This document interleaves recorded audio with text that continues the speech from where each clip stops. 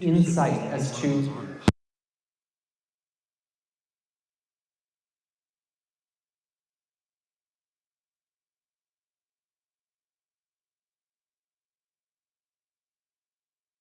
things, and let's see what happens if we make a mistake. We'll just go back and fix that. It's better that we take lessons from the great ones of the past and apply those lessons and make the right choice without making those mistakes. Because you know that we might be able to go back, but time will have been given up and we won't be able to necessarily start back from where we left off. So what happens is that the insurgents, Talha and Zubair and those who are with them, they are escaping towards Basra. And that's the place where they're going to establish their stronghold, and maybe eventually they have these dreams of establishing the Khilafah from the city of Basra. Now word gets to the Khalifa of the time, Imam Ali alayhi salam, and he dispatches an army to go and pursue them, and he himself goes in the wake. He's going to go and Sallu ala Muhammad wa ala Muhammad.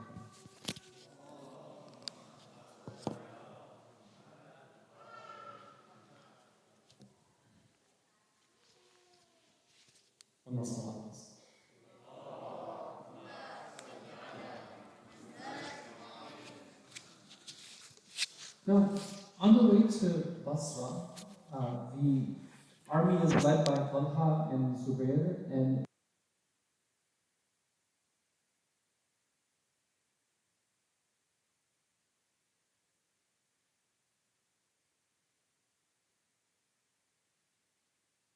because they're being pursued, so they say that maybe we won't be caught if we take a detour. It's not a well-known path, and along the way they get to a certain valley, and when they pass through that valley, the wife of the Prophet hears dogs which are barking. And it's not an ordinary thing, like it's something which is very frightening. It seems like there's a lot of dogs and they're making a lot of noise. And she asks, tell me, what is the name of this valley here? Because it's a special place, there's a watering place there, it seems like it's a landmark. And the person who's the guide, he says that this place is known as Hawab. When she hears the name Hawab, she says right away, Inna lillahi wa inna ilayhi raji'un. And then she begins to share with people who are around her a hadith that she heard herself from the Prophet. It's one time when you hear something from somebody else, another time when you hear it yourself. Right? She says, I heard this from Rasulullah sallallahu alayhi wa sallam. What did he say? I heard, salawat, please.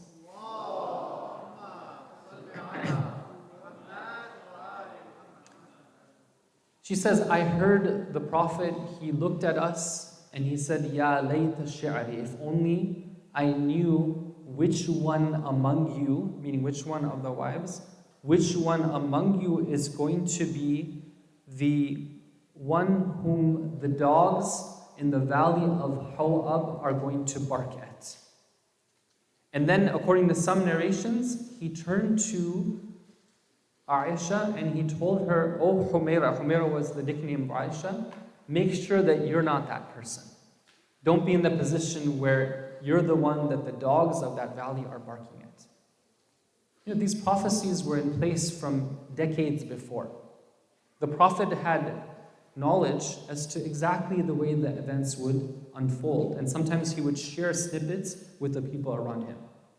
And this is reported widely, by the way, in a number of books of history. You can go look it up. Shia, Sunnis, historians, everyone accepts that this event took place. She immediately gets off of the camel, the Jamal, after which the battle is named, the Battle of Jamal, and she says, I'm not going any further because of that hadith I heard from the Prophet. Now, Talha and Zubair and all the others, it's a very difficult point now, because one of the keys to the strategy that they have for succeeding is the presence of al-Mu'mineen. It's a rallying point. It's a symbol.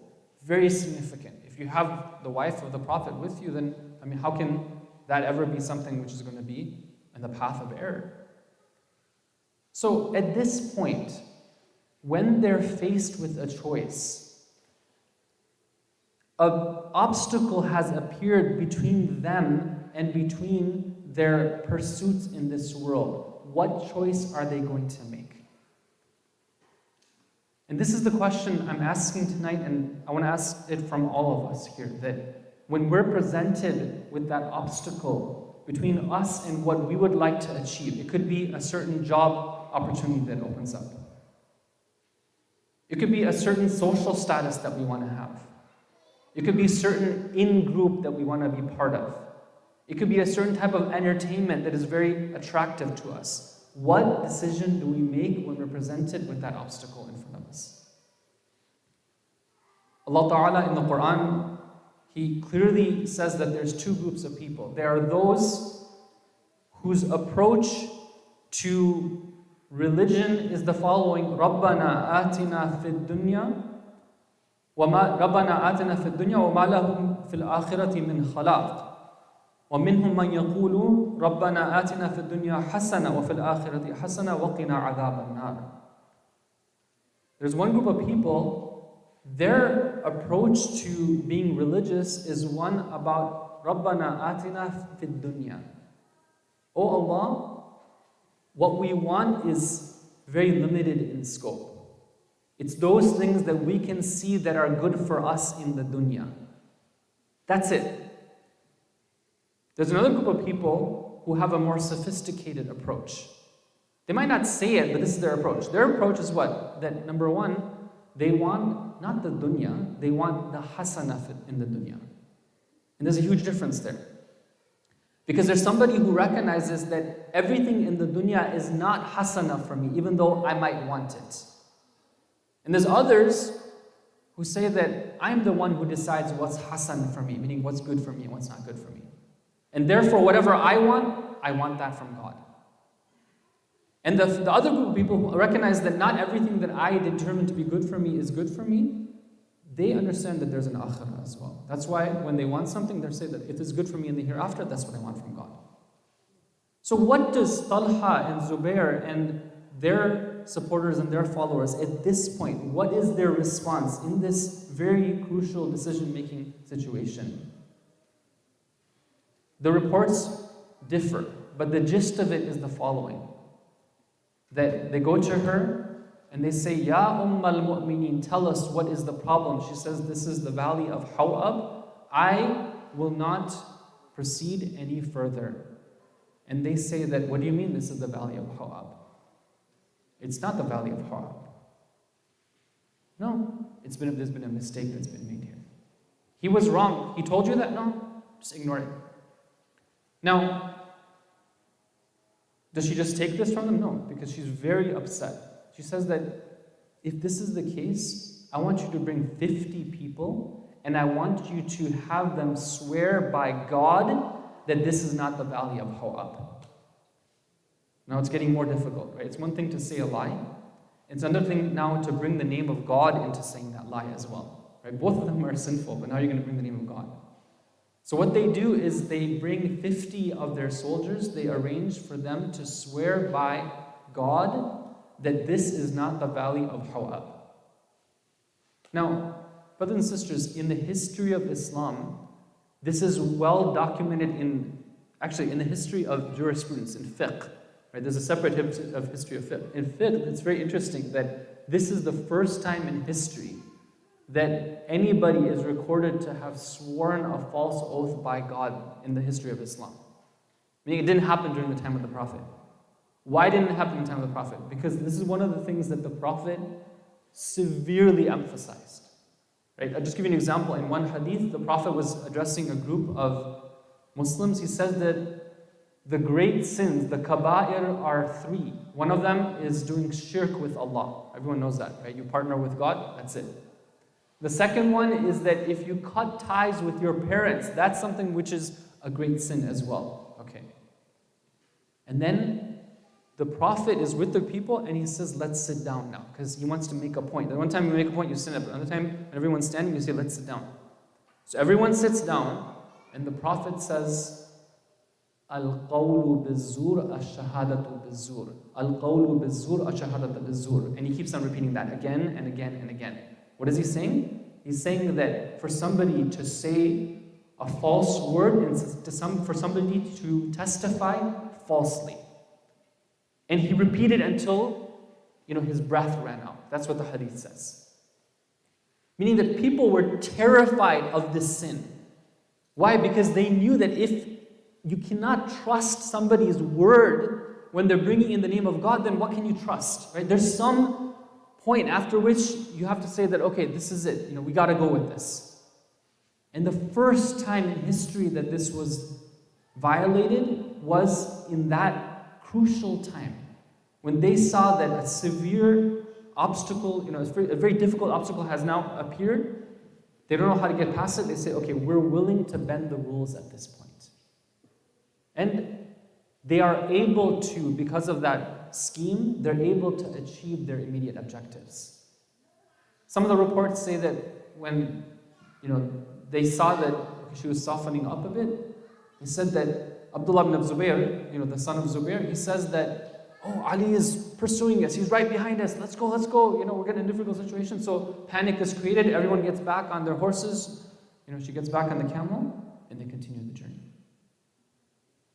It seems like mission accomplished. I got what I wanted. We're going to go ahead. But we know, brothers and sisters, that path, the path of taking one's own approach, one's own preferences, and to say that whatever I want for my dunya, for my worldly objectives, we know that in the long term, that's not something which really pans out for somebody, does it? And we're going to go ahead now and follow the story of these two individuals, because once you do it once, it becomes easier to do it a second time and a third time and a fourth time. The path of rebellion, the path of saying that Rabbana atina fid dunya, that it's about this world and what I think is good for me. I'm going to make my choices. One of the very surprising things we see from one of these two individuals, and I'm going to say it, and maybe you might initially think that, oh, isn't that kind of trivial, right? What's the point of making a big deal about that? But I'll explain. One of the surprising things that we see from one of these individuals is that when he was slain on the battlefield in the Battle of Jamal, and they went to his body, the narrator of this hadith says that I was shocked to see that on his finger there was a ring of gold. Okay, so what? Somebody said that. It's a big deal, right? He was a rich guy. Okay. We all know that one of the definite rules in Islam is that it is forbidden for a man to wear gold, and it is forbidden for a man to wear pure silk. It's not allowed. Well, these days people are into gender sort of equality in all respects, right? So the way they understand equality is 50-50. So they said that, okay, well, if women can wear gold, then shouldn't men be able to wear gold as well? Right? You hear a lot of arguments both ways when it comes to those Islamic laws that sometimes people consider to be preferential towards one gender or the other. That's not fair, right? Men should be able to wear gold as well. Okay, brothers and sisters, again, let's go through the psychology here. Talha and Zubair, these are people who had no shred of doubt regarding the Islamic prohibitions. They knew that this is something which is forbidden.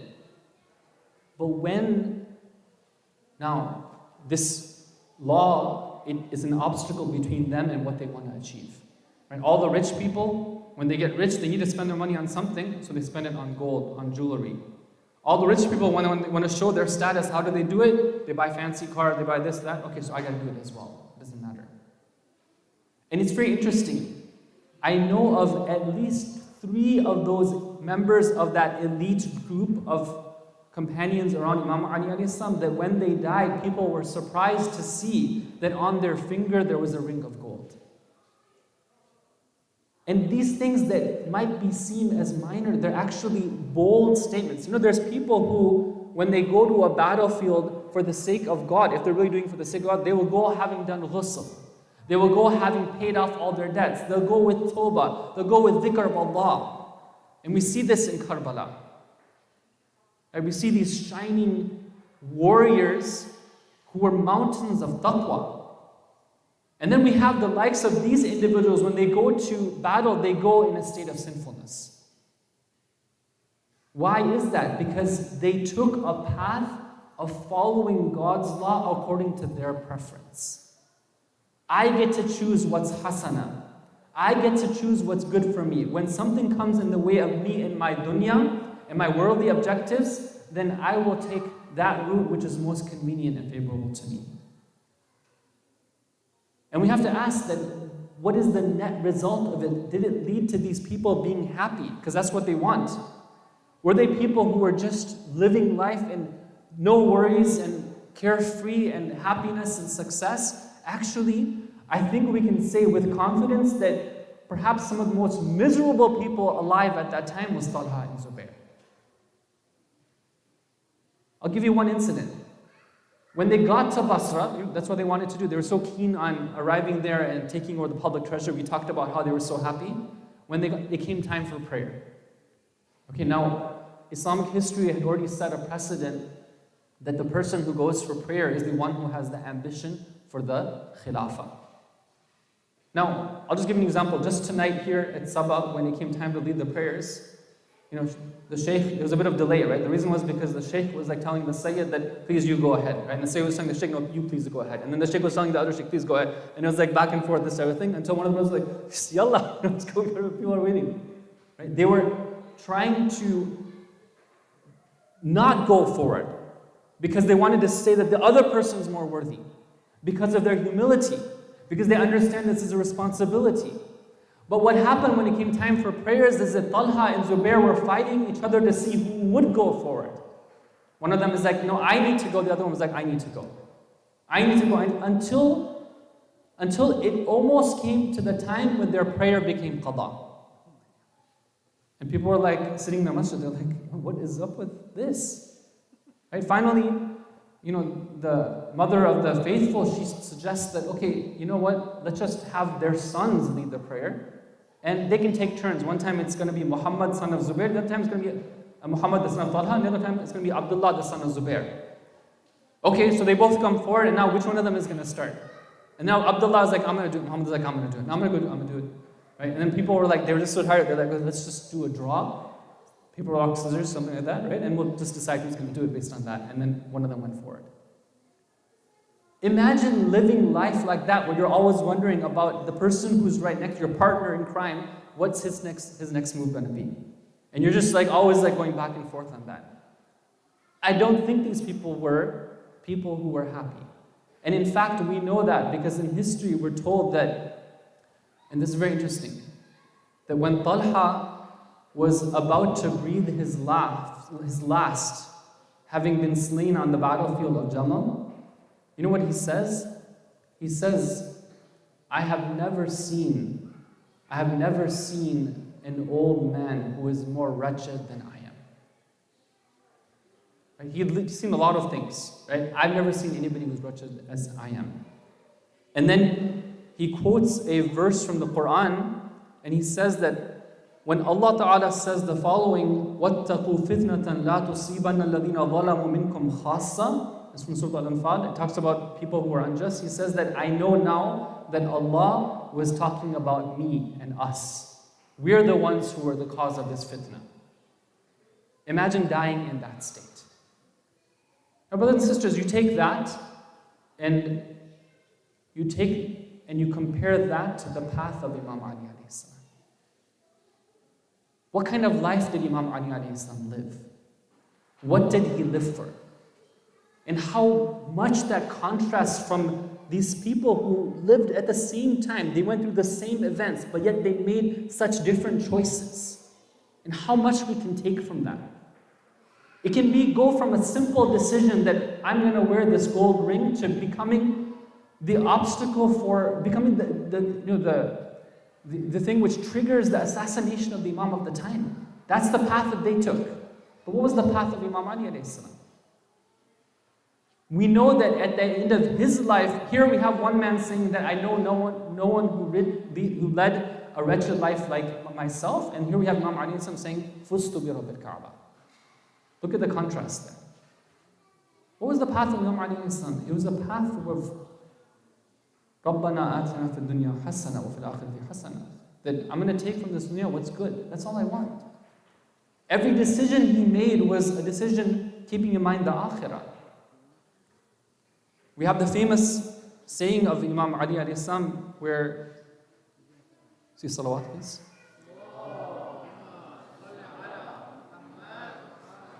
He says, أَلَا حُرٌّ يَدَعُ هَذِهِ الْلُمَاذَ لِأَهْلِهَا.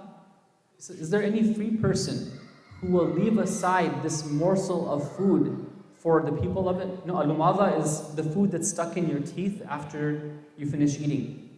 Right? Imagine you take that and you try to sell it to somebody, right? The most useless price, just completely has no value, valueless thing that you can think of. Will anybody leave this for its people? Meaning that why are you so hungry in your pursuit of the dunya that you're willing to bend the rules for yourself? That you can stand in front of God and say that, God, you say this, but I'm going to do this. I don't care. Right? I want my dunya and I want it the way I want it. He says, I'm looking for a free person. I'm not finding it in the likes of Talha and Zubair and the others around them because they are bending the rules. They're willing to break their oath. They're willing to do this and that. I'm looking for a free person, and that message is for us. I'm looking for the free person who's going to leave this aside and leave it for the people who it's worth. إِنَّهُ لَيْسَ لِأَنفُسِكُمْ ثَمَنٌ إِلَّا الْجَنَّةِ فَلَا تَبِيعُوهَا إِلَّا بِهَا. The only price for your soul is Jannah. Don't sell it for anything shorter than that. You have something which is so beautiful. Right? And that's the path of Imam Ali alayhi salam. He would tell people that thing that you're so hungry after, that you're willing to bend the rules for and form your own path, that is something which for me is less valuable than the bone of a pig in the hand of a leper. It's less valuable for me than a piece of grass that is in the mouth of a grasshopper. It's less valuable for me than the mucus that comes out when a goat sneezes. It has no value for me.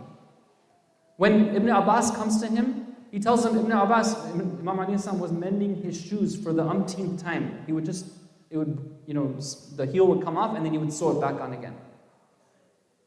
And he tells Ibn Abbas, this khilafah, this leadership that these people are hungering after, they're making all these plots and plans, for me, it's less valuable than the heel of this shoe. But I'm performing it out of a sense of responsibility. I know what I have to do. This is very important for us, brothers and sisters. And this is the path of happiness. Right? If you look at what Imam Ali had, we already said that when he leaves this world, he leaves stating that I am victorious. But look at what he had. What does he say? The famous saying from Nahj al-Balagha, he says that if you want to know who I am, then I am somebody who in hadara anni as-sayr wala yarqa ilayka at-tayr. He says that I am. He says, Sallu ala Muhammad wa ala Muhammad.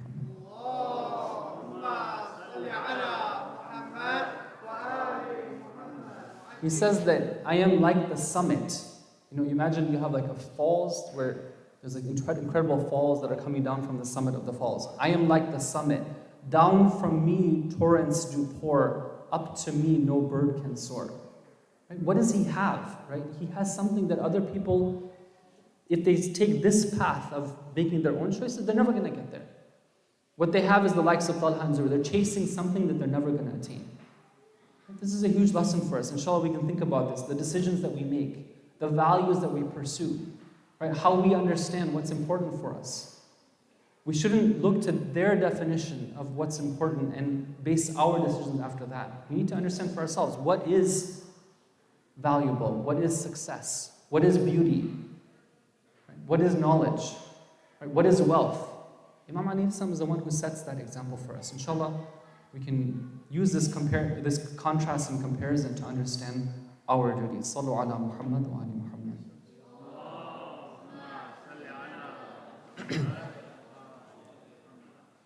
So tonight we've gathered here to, inshallah, for one last night, remember some of the masa'ib of Amir al-Mu'mineen alayhi salam. As I mentioned, this was the night in which the Ahlul Bayt alayhim salam are in a state of deep mourning over what had taken place. Let us take our hearts and our sentiments to the house of Ali alayhi salam. Sallallahu alayka ya Abul Hasan, ya Amir al-Mu'mineen, ya Ali ibn Abi Talib. In those last moments before Amir al-Mu'mineen alayhi salam left this world, he addresses his family telling them, وَأَنَا بِالْأَمْسِ صَاحِبُكُمْ وَأَنَا الْيَوْمَ عِبْرَةٌ لَكُمْ وَغَدًا مُفَارِقُكُمْ غَفَرَ اللَّهُ لِي وَلَكُمْ. Yesterday I was your companion, today I am a source of reflection for you. Tomorrow we will part ways. May Allah forgive me and forgive you. Imam Ali alayhi salam has gone his own way now. He has entered into the company of the Prophet and the Prophets. But what about those who are left behind? What about Hassan and Hussein? What about Zainab and Kulthum?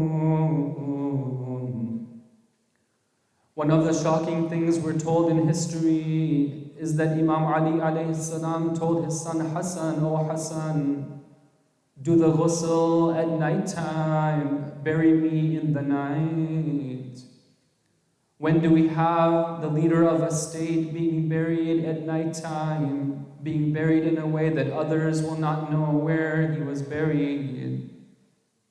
In history, we're told that the grave of Imam Ali alayhi salam was left undiscovered for decades until the time of Imam as-Sadiq. What did the Ahlul Bayt alayhim salam fear from their enemies? What kind of injustice did they fear from their enemies even after their death, that they had to hide their bodies? They had to hide their location from their enemies. Imam Hassan and Imam Hussein take on the duty of washing the blessed body of their father on that evening. In the nighttime, they go with the tabut, they are carrying it with the body of the Imam alayhi salam. They want to bury the body, but they don't know where to bury it. But somehow they are guided to a spot where the grave already has been dug. Imam Ali alayhi salam always had been preparing for this moment. According to hadith, they hear a cry saying, "The Habib is longing for the Habib." Ali alayhi salam is now returning to his beloved. Some hadith say that funeral was, even though the people were not invited, it was joined by the spirits and the souls of some of the great prophets, some of the great individuals from history. The people did not mourn for Imam Ali alayhi salam at his funeral, but there were those sent by God to mourn for him. A few of the elite companions were there. One of them was Sa'a. Sa'a is so distraught, he takes some earth from near the grave of Imam Ali alayhi salam. He pours it on his face. He's so distraught. He says, "I swear by Allah, your life was the key of goodness for you. Your life was the key of goodness for all of us. But this day is the key to all evil. If only people had accepted you, O Ali, they would have seen Allah's provision showering upon them from above and below. But they preferred the dunya over the akhirah." Imam Hassan alayhi salam, after he buries his father, he He goes to the masjid, he delivers a sermon. He says, this night a man was taken away. No one before him reached his status in deeds. No one after him will come and rival him in his status. Rasulullah would give him the flag. Jibreel would be on his right side, Mikael on his left side. He would never come back until Allah would give us victory through him. When he left this world, he did not leave behind dinars and dirhams. He only left behind a small amount for his family so they could purchase a servant to help them with their affairs. This is the man who has now left us. Here we see that Imam Hassan and Imam Hussein were present. They were able to hide the body of Imam Ali alayhi salam from his enemies. But let us go now for a moment to the day of Ashura. La yawma ka yawmika ya Aba Abdillah. When the body of Imam Hussein alayhi salam was on the battlefield, could Imam Sajjad alayhi salam do something to protect it from the enemies? He was not even in the position to get up from his position. The enemies, after doing what they did to the bodies, they line up on their horses. 10 of their best horsemen. What is their task? Umar ibn Sa'd tells them, go and trample the bodies of those who are on the battlefield. ألا لعنة الله على القوم الظالمين وسيعلم الذين ظلموا أي منقلب ينقلبون. We ask Allah Ta'ala to accept this majlis and all these majalis from us. We ask Allah Ta'ala to help us always keep on the path of Amir al-Mu'mineen alayhi salam, which is the path of the akhirah, the path of God consciousness. We ask Allah Ta'ala to count us among the followers and the lovers of Amir al-Mu'mineen alayhi salam. We ask Allah Ta'ala to reward all those who have sponsored these gatherings and those who are volunteering for them and those who are participating in them. Wa sallallahu ala Muhammad wa alihi tahirin.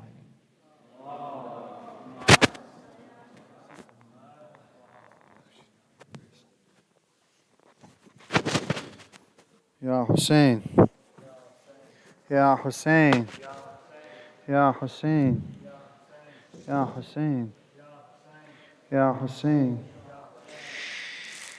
Mawla Amir al-Mu'minin, Mawla Imam al-Muttaqin, Mawla Sayyid al-Wasin, Mawla. If all of you leave, then who's going to do matam here, brothers? The other programs haven't started yet. Anyways, come forward. Whoever's here is come forward, inshallah. Come inshallah forward. Mawla Amir al-Mu'minin, Mawla Imam al-Muttaqin, Mawla Sayyid al-Wasin, Mawla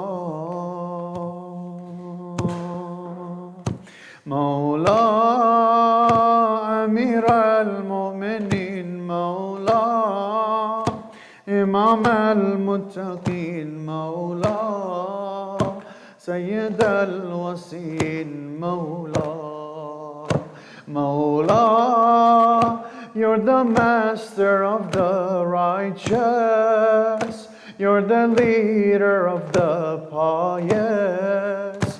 In the battlefield, you're fearless. You were oppressed and you were oppressed. In Saqifa, your house was burnt.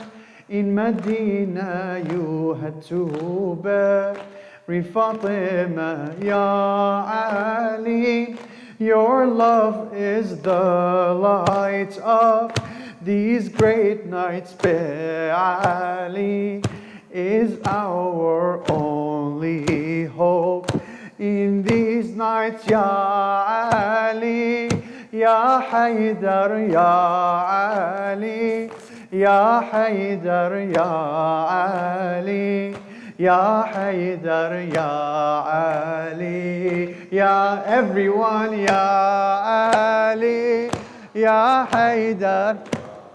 MashaAllah, let me hear it louder. Ya Haydar, Ya Ali.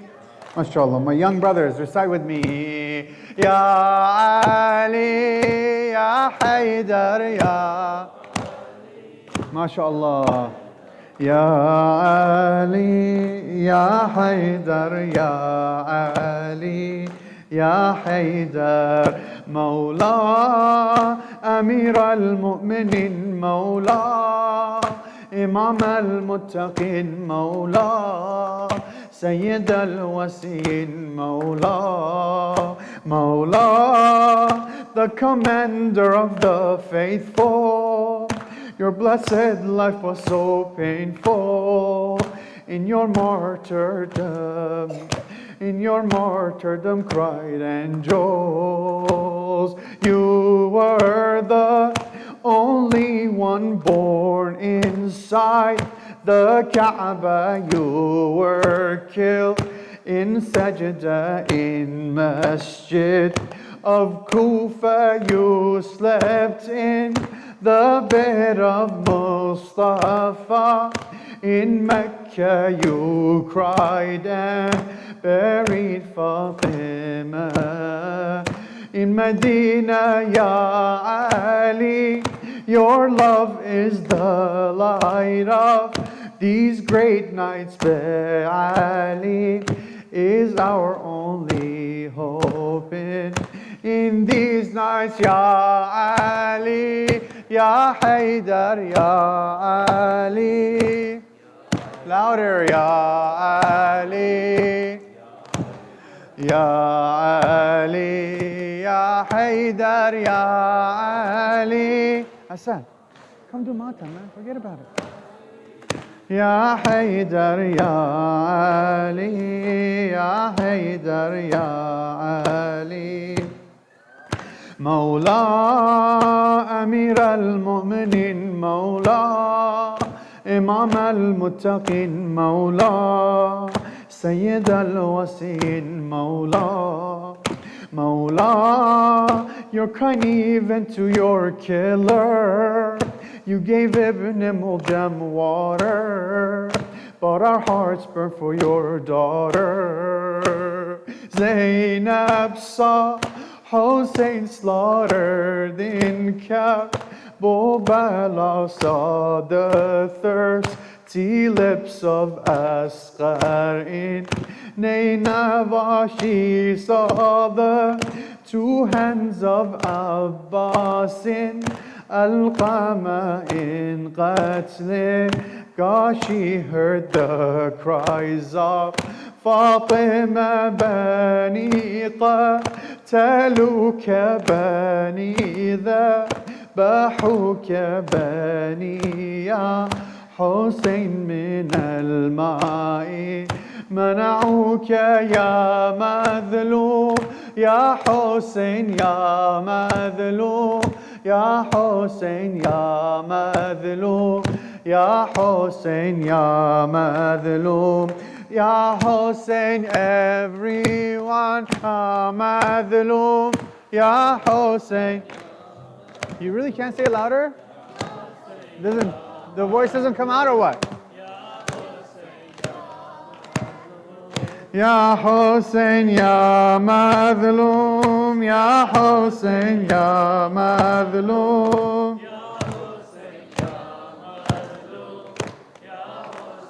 Ya Madhlum, Ya Zainab, run to him. Zainab, run to him. Zainab, run to him. See him one last time. Zainab, run to him. Zainab, run to him. Zainab, run to him. See him one last time. What a wondrous scene, a flower in the plain. My wounded Lord Hussein, lying there to die.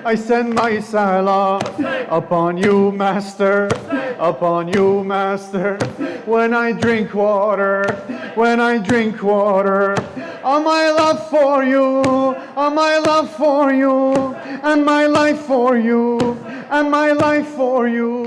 I will beat my chest, I will beat my chest, I will never rest, I will never rest. In my life always, in my life always, your flag is raised high, your flag is raised high, your flag is raised high.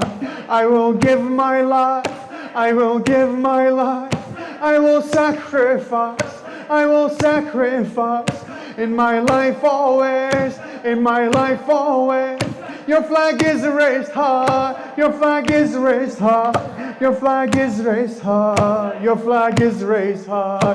Hussein ya Mawla, ya Mawla, ya Mawla. Abbas flag bearer, flag bearer, flag bearer. Hussein ya Mawla, ya Mawla. Maulana, Hajaga, bearer, flag bearer. Hussein ya Mawla, ya Mawla. ببخشید. Abbas flag bearer, flag bearer, flag bearer.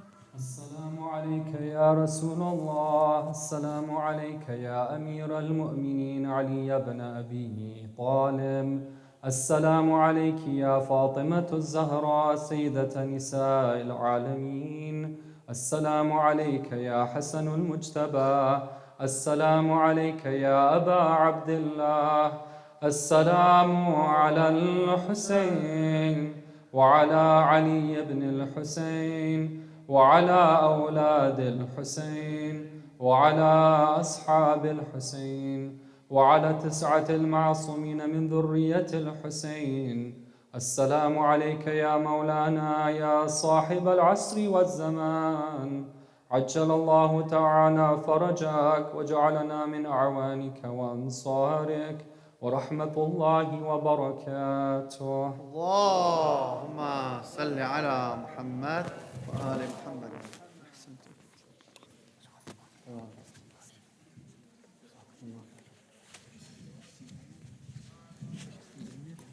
Inshallah, sisters, look forward to seeing you tomorrow night. And on the